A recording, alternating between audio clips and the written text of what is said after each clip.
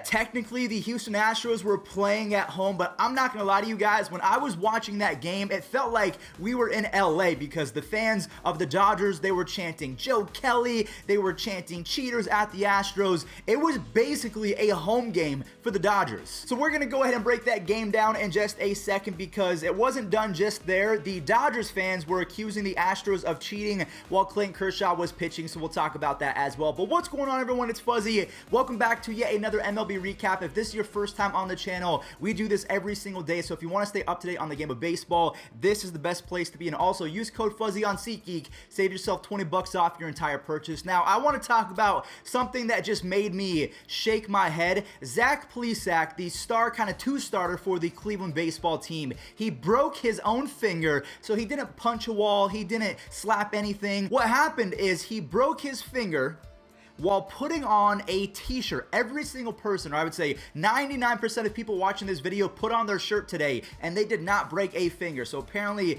it got caught and then a chair was involved. I have no idea what happened, but I'm not gonna lie, I was reading this story with this face. Francisco Lindor a few nights ago, I mean, I was just arms folded across my chest just thinking, how? Another pretty crazy story, and if you're a fan of the Phillies, you pretty much knew that Bryce Harper has been injured for the last few days, so he is going on the IL, even though he should have been on the IL for the last few days. And apparently, Joe Girardi lied about Bryce Harper's health and withheld that information because the reporters apparently would have, taken that information and compromised the competitiveness and the integrity of the matchup between the Phillies and their opponent. So apparently, Bryce Harper being on the field and clearly being injured is not enough evidence to the other team that he is hurt. So Joe Girardi, he thinks that he's playing chess. Everyone and their mother knew that Bryce Harper was injured. You're not fooling anyone. So let's talk about those two teams. The Cleveland baseball team as well as the Phillies, they both picked up W's yesterday as Cesar Hernandez hits a home run on the second pitch of the game.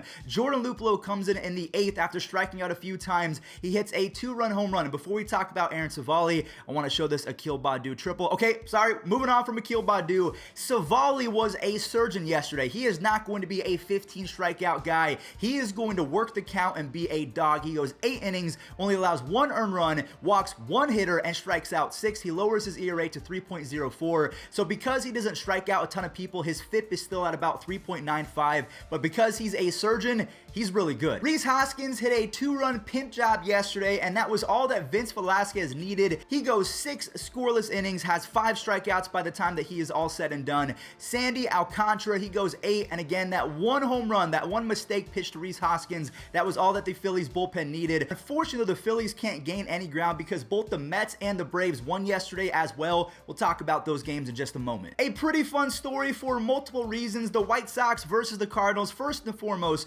Joe West made history. He owns the most amount of games umpired by a single human being. I cannot believe that he has been involved in 5,376. I believe that he debuted back when he was 23, 24 years old. Just insane. Another insane feat. Look at this picture right here. High school teammates of Max Fried, Lucas Giolito, and Jack Flaherty. I mean, you probably would have never gotten a hit against that high school team. All 3 of those guys are aces in Major League Baseball. Unfortunately for the Cardinals, Jack Flaherty cannot get the job done. He suffers his first loss of the season, but he's 8-1, so I think he's okay with that. The White Sox go off for 5 runs in the first 2 innings. Jose Abreu hits a 2-run home run in the 4th, and Lucas Giolito, he was pretty good. He goes 6, only allows 1 earned run, and Liam Hendricks comes in for the save, which is very weird to me because he came in with a score of 8-3, so obviously that's 5 runs. I always thought if you are coming in as a relief pitcher and the lead is more than 3 runs that you would not get the save, but because he came in with the bases loaded and the tying run was on the on-deck circle, he actually gets credited with a save. I had no idea that was a thing. I was today years old when I found out that it does not have to be 3 runs or less in order to get a save. So he comes in with the bases loaded and dominates. He shreds apart the St. Louis Cardinals. He strikes out 3 consecutive hitters. Just an absolute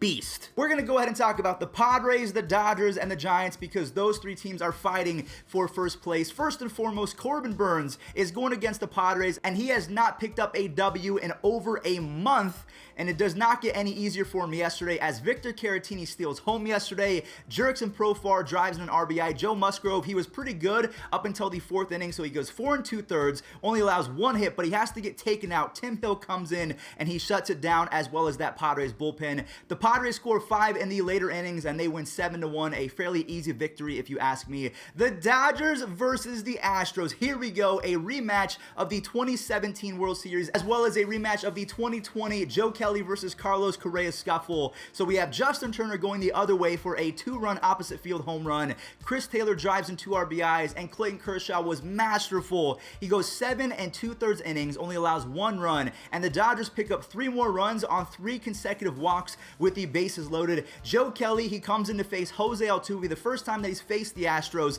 since his frowny face incident against Carlos Correa. You have fans fighting in the stands. You have Dodgers fans accusing the Astros of cheating because I think it was the 5th inning or something. There was a delay because all of a sudden the stadium went from kind of dim to being super lit up. So the Dodgers fan base was thinking, hey, you're doing that because you're getting smoked by Clayton Kershaw and you want your hitters to be able to see the ball better, so you're going to turn up the brightness as soon as you're hitting. To be honest with you, I feel like it was just a malfunction, but it's almost like the Patriots. Anytime something weird happens, it's just cheater, cheater, you're a cheater. So of course the Dodgers escape with a 9-2 victory, and that was pretty much all that she wrote. The Giants, they shut out the Diamondbacks, which I've talked about before. That is not an easy feat. Brandon Crawford, I believe that he is drinking the same magical potion that Evan Longoria and Buster Posey, because he clears the bases. Then Evan Longoria hits a 3-run home run. I mean, again, all of those 3 old guys are playing like they're 25, 26 years old. Same with Kevin Gausman. He continues his career resurgence. He goes 5 scoreless, racks up 9 strikeouts, and Evan Longoria finishes that game a triple shy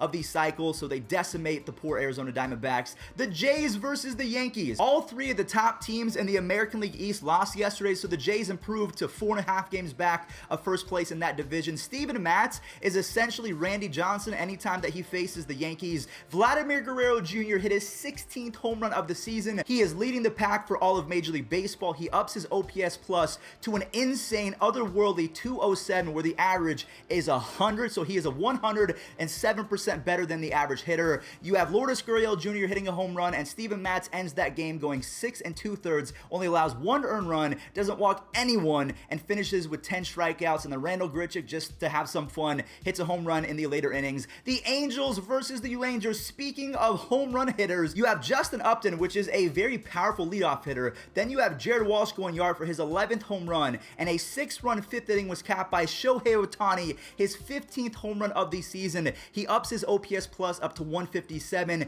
Adolis Garcia, he wants in on the action as well, so both him and Shohei Ohtani are now tied with Ronald Acuna Jr. for 15 home runs in baseball. The Angels are now on a 2-game winning streak, even though they're dead last in team ERA at 5.2. So if they can pitch even just a little bit better, they're going to be a 500 team for the rest of the year, which might not be enough to win that division, will not be enough to win that division. Speaking of the AL West, let's go ahead and talk about the Mariners versus the A's. The Mariners improved to 23-26. Tom Murphy ends the A's comeback, and then Jared Kelenic drives in an RBI as Kyle Lewis shows off some insane range with a game-saving catch. And speaking of game-saving catches, Mitch Haniger does the same thing, but over in right field. So the Mariners, they escape with a 4-3 victory. Andrew Benintendi was robbed twice by Kevin Kiermaier. The first time, as you guys can see, almost a collision with Austin Meadows in left field. Kevin Kiermaier can't rob this one though. Silos goes over his head, and Salvador Perez, this RBI makes it 2-1, and Brad Keller was special. 7 innings, only allowed that 1 earned run, racked up 7 strikeouts.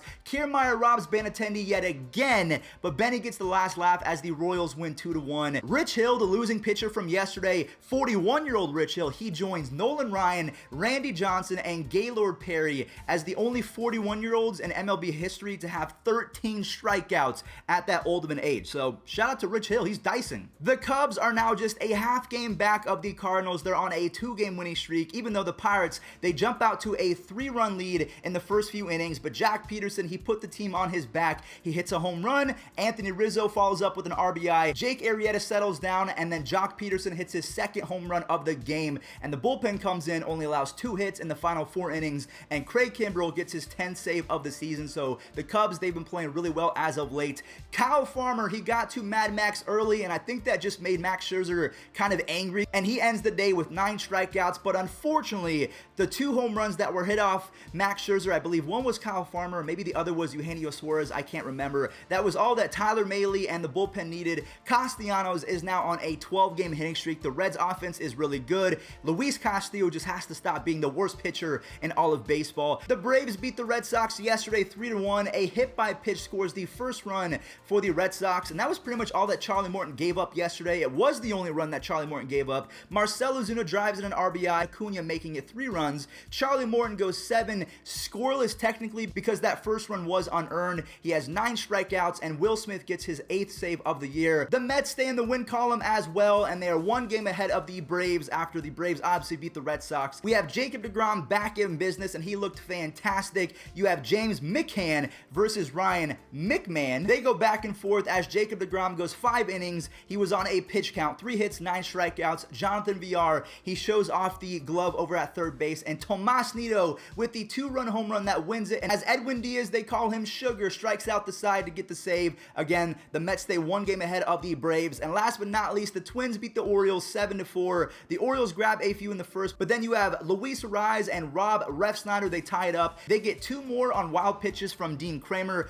Jose Barrios, he goes almost 6 innings, allows that 1 run, racks up 7 strikeouts. Rob Refsnyder is hitting .438 and 32 at bats this year, and he is built like Alex Bregman, just kind of a short, stocky guy. But even though he's short and stocky, he can move a little bit in the outfield with this web gem. And that does it for all the games from yesterday. I want to go ahead and end today's video by talking about Frank Mazzucato. He has thrown 4 consecutive no-hitters in high school. I mean, that's hard to do. I don't care if you're facing the worst high school teams in America.